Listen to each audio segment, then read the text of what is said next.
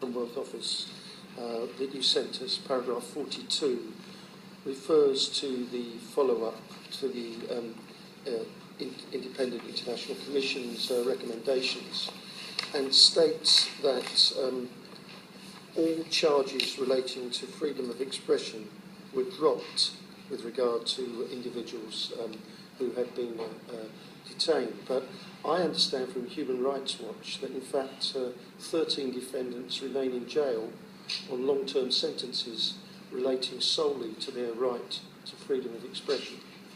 Now, I got that information this week, and I'm interested, therefore, to know which is true, what Human Rights Watch are telling me, or what your written evidence to us says.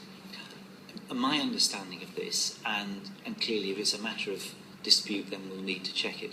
My understanding was that charges related to freedom of expression were indeed dropped, but there were other serious charges related to a number of the defendants. And my understanding is that they have been held on those charges. We don't have, because we've not got access to all the evidence, we're not in a position to make a judgment as to whether we think that's fair or not. But my understanding has certainly been that their convictions are related not to freedom of expression, but to other serious offences. So then, in that sense, the memorandum we received was insufficient, didn't go into all of the aspects. And perhaps you could send us a note to update it.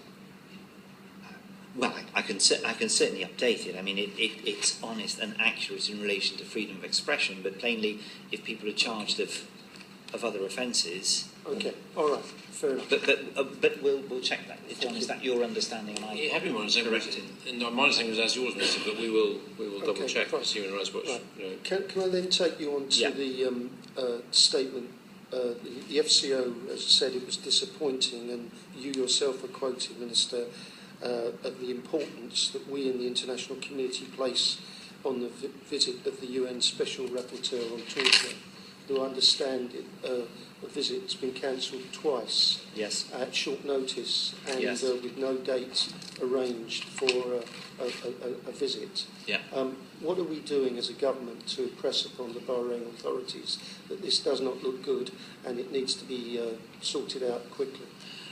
We press them in private, and as this is not a private occasion, I can say that we can press them in public, because your question is entirely correct. We think it does no good to the Bahraini authorities not to allow the Special Rapporteur to visit.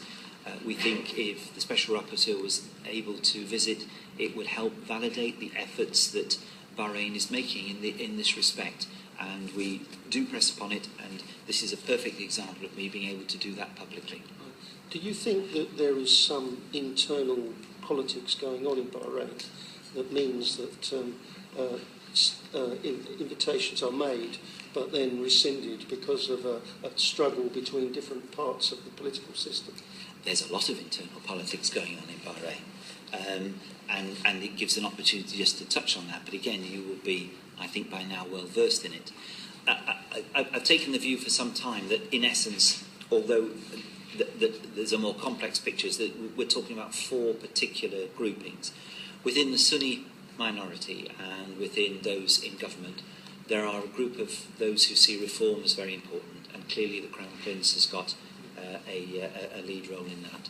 There are others in the Sunni community who are hesitant. They're worried about change, and they have been less forward in terms of reform, and that is a matter of dispute and discussion within the Sunni community. On the Shia community, there are clearly those, like the leaders of Al-Wafaq, that I've met on a number of occasions, who believe, according to the Manama Dialogue, that a political settlement which recognises the Al-Khalifa monarchy is something they can work towards. It will involve greater representation, and their engagement in national dialogue is an expression of that. There are others who are maybe influenced outside, but also may just feel this is not enough, and there are some on the edge of violence connected with the February 14th movement. And I think each of these different blocks puts pressure on the others. So will there have been difficulties inside each of these blocks, and particularly in the Sunni community on the rapporteur? I don't know, but it's perfectly possible.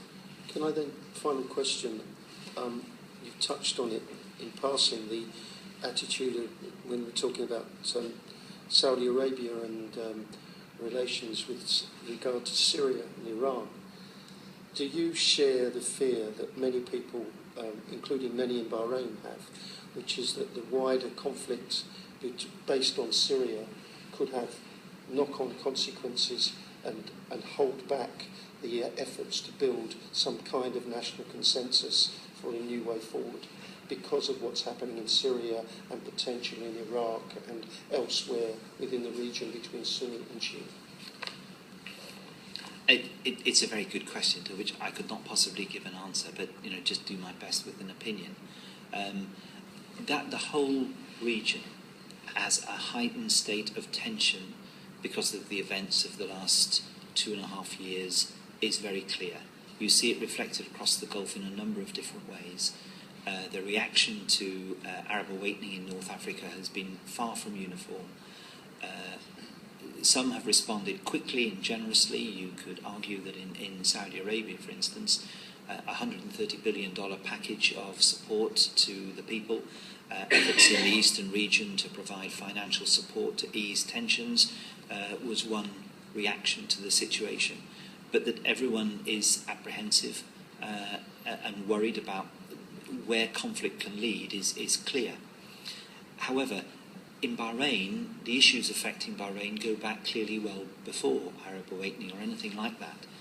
In a sense, an unresolved issue of reform dating back over a decade, and the efforts made by the present king, who, from his earliest coming into his position over a decade ago, sought to make some changes and found, as we've just discussed, that difficulties within the Sunni community about how far changes should go.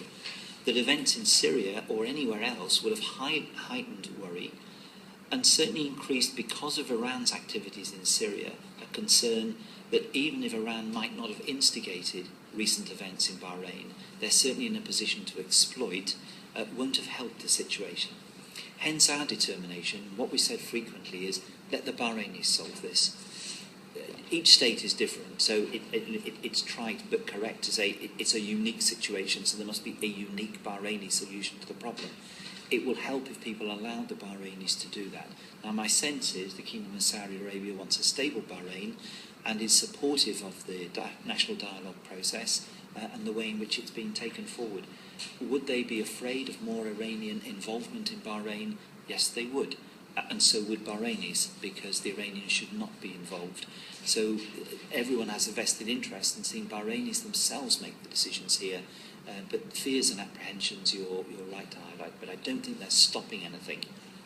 And hopefully they should drive a Bahraini settlement. So John Stanley.